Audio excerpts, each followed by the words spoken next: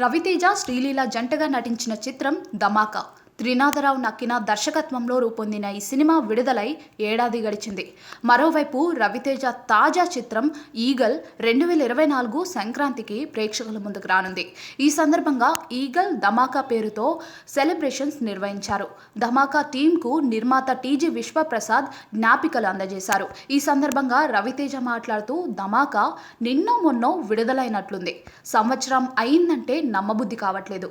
సంగీత దర్శకుడు బీమ్స్కు మంచి గుర్తింపు వస్తుందని ధమాకా సినిమా విడుదల కాకముందు అనుకున్నా. అదే నిజమైంది. వరుస సినిమాలతో బిజీగా ఉన్నాడు. మళ్ళీ మేం కలిసి పనిచేయబోతున్నాం. ఊహించినట్లే శ్రీలీల హీరోయిన్గా రాణిస్తోంది అని అన్నారు. ఈగల్ గురించి మాట్లాడుతూ దర్శకుడు కార్తిక్ మీకు కొత్త రవితేజను చూపించబోతున్నాడు. ఈ సినిమాలో కొత్త కావ్య దాపర్ కనిపిస్తుంది అని అన్నారు. పెళ్లి సందడి విడుదలకు ముందే నాకు ధమాకాలో నటించే అవకాశం వచ్చింది.